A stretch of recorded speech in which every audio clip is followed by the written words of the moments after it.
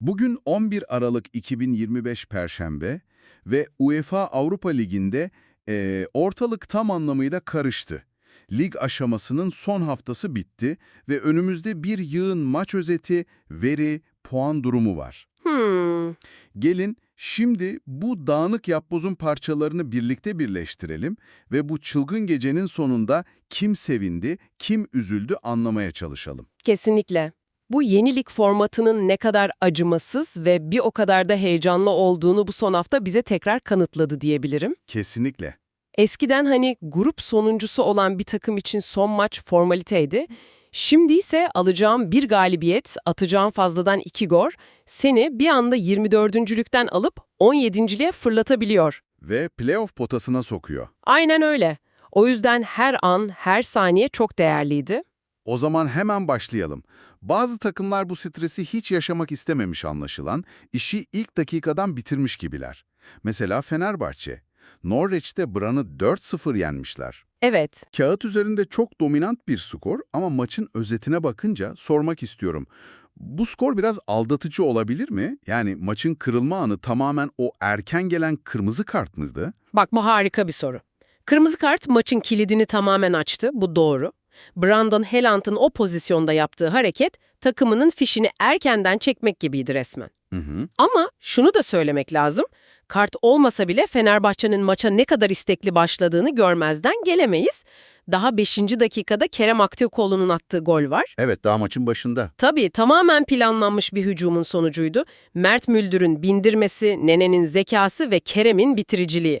Yani Fenerbahçe o karttan önce de ben bu maçı kazanmaya geldim mesajını net bir şekilde vermişti. Anladım. Karttan sonra ise Anderson-Talisca faktörü devreye girmiş.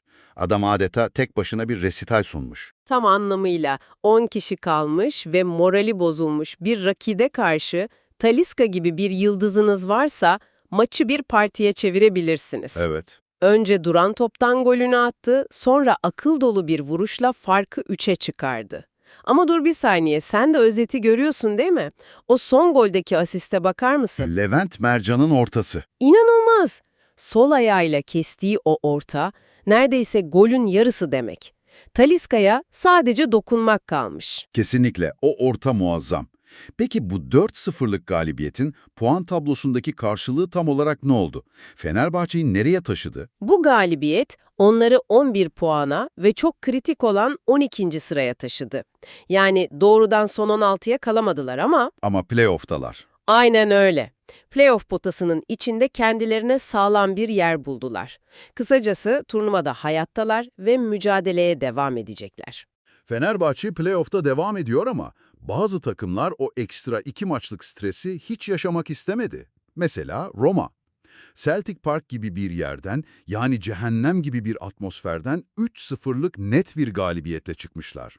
Roma'nın yaptığı tam bir profesyonellik dersiydi. Celtic deplasmanında yapmanız gereken ilk şey o ateşli seyirciyi susturmaktır. Erken golle. Tabii ki bunu da en iyi erken bir golle yaparsınız. 6. dakikada Mancini'nin attığı kafa golü maçın bütün havasını değiştirdi. Hı hı. İkinci golde de milli oyuncumuz Zeki Çelik'in Bindirosi ve Ferguson'a yaptığı asist, Roma'nın maçı ne kadar ciddiye aldığını gösteriyor. Bu galibiyetle 12 puanla 10. sıraya yerleştiler ve onlar da playoff oynayacaklar ama daha avantajlı bir konumdan. Bir de o playoff'tan tamamen yırtanlar var. Real Betis'te Dinamo Zagreb'i 3-1 yenmiş. Sanırım onların tek hedefi o ilk 8'deki kritik eşiği geçip fazladan maç oynamaktan kurtulmaktı, değil mi? Aynen öyle. Bu formatta ilk 8'de bitirmek adeta bir piyango kazanmak gibi. Playoff turunu pas geçiyorsun, dinleniyorsun ve rakiplerin birbirini yerken sen sakince son 16'daki rakibini bekliyorsun. Çok büyük avantaj. Kesinlikle. Real Betis'in 3-1'lik galibiyeti onlara tam olarak bunu sağladı.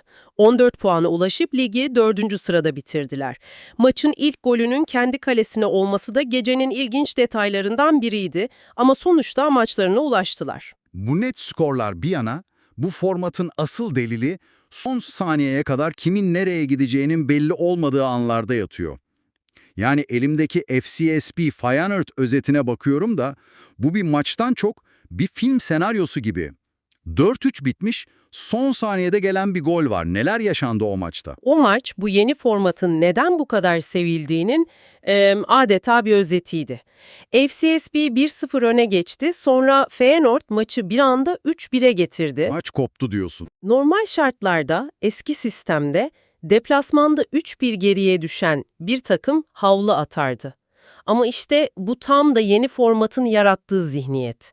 Olası bir 3-3'lük beraberliğin getireceği 1 puan ve averaj düzeltmesi bile o kadar değerli ki asla pes edemiyorsun. Ve pes etmemişler. 54 ve 70'te 2 golle maçı 3-3'e getirmişler. İnanılmaz bir geri dönüş. Ama asıl hikaye bu değil.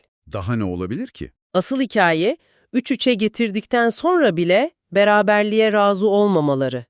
Ve 90+5'te maçın son atağında kaptan Tanase'nin attığı o gol. Yok artık. Bu sadece bir galibiyet golü değil.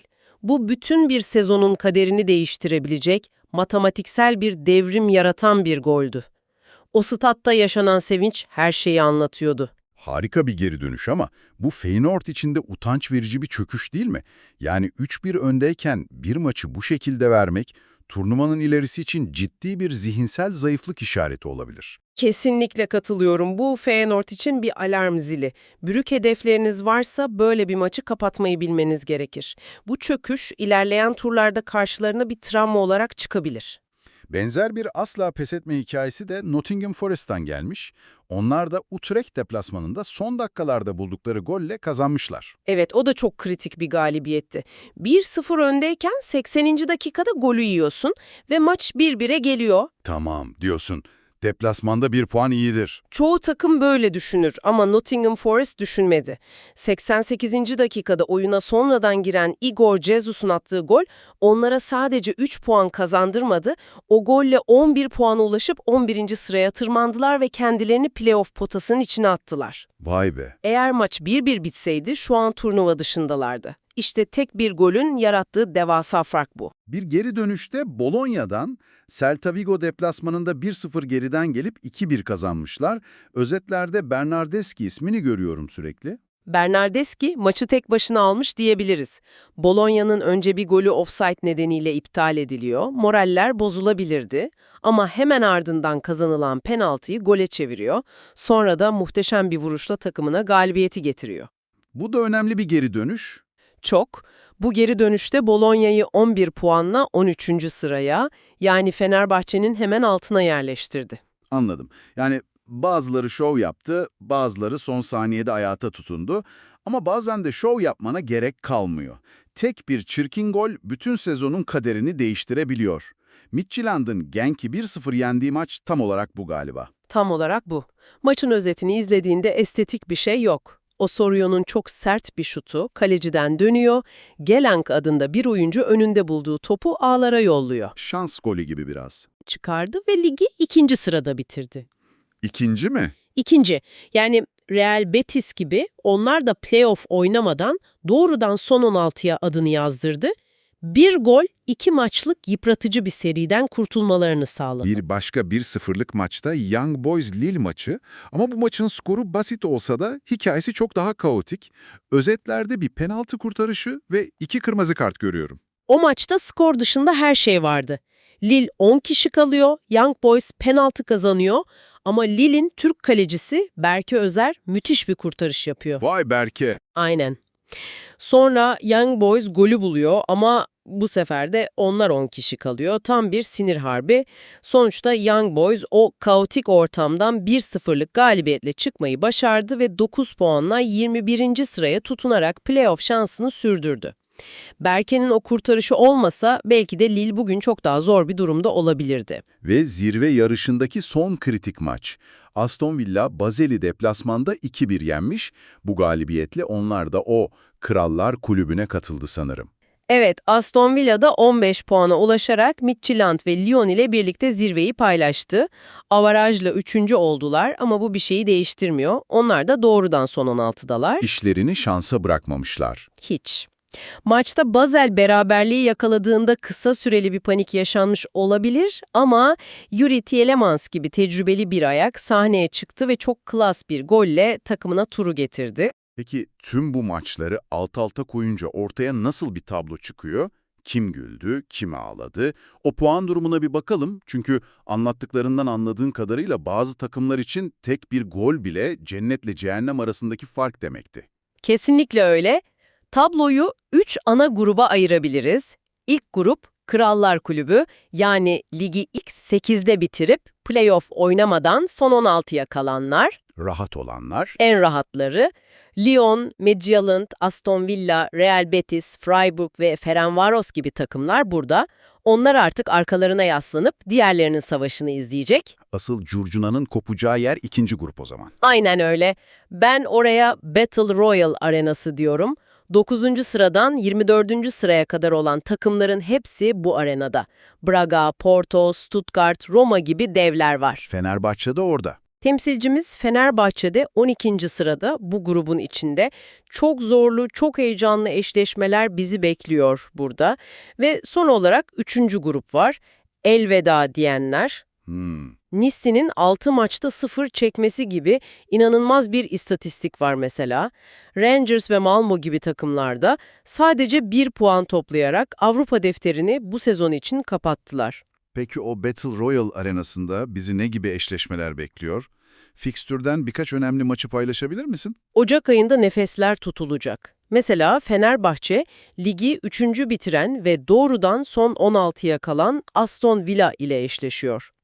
Zor kura. Bu kağıt üzerinde turun en zorlu eşleşmelerinden biri gibi duruyor. Bunun dışında Roma Stuttgart, PAOK, Real Betis gibi devlerin kapışacağı maçlar var. Yani lig aşamasının draması bitti ama turnuvanın asıl heyecanı şimdi başlıyor. Harika. O zaman bu geceden aklımızda kalan asıl ders ne? Bu heyecanlı performanslara ve son dakika sürprizlerine baktığınızda bir sonraki turda en büyük sürprizi sizce kim yapabilir? Lyon, Aston Villa gibi istikrarlı devler mi? Yoksa FCSB ve Bologna gibi son saniyeye kadar asla pes etme diyen o çılgın takımlar mı bu formatta daha avantajlı? Sizin aklınıza yatan hangisi? Bu sorunun cevabını önümüzdeki turlar bize gösterecek.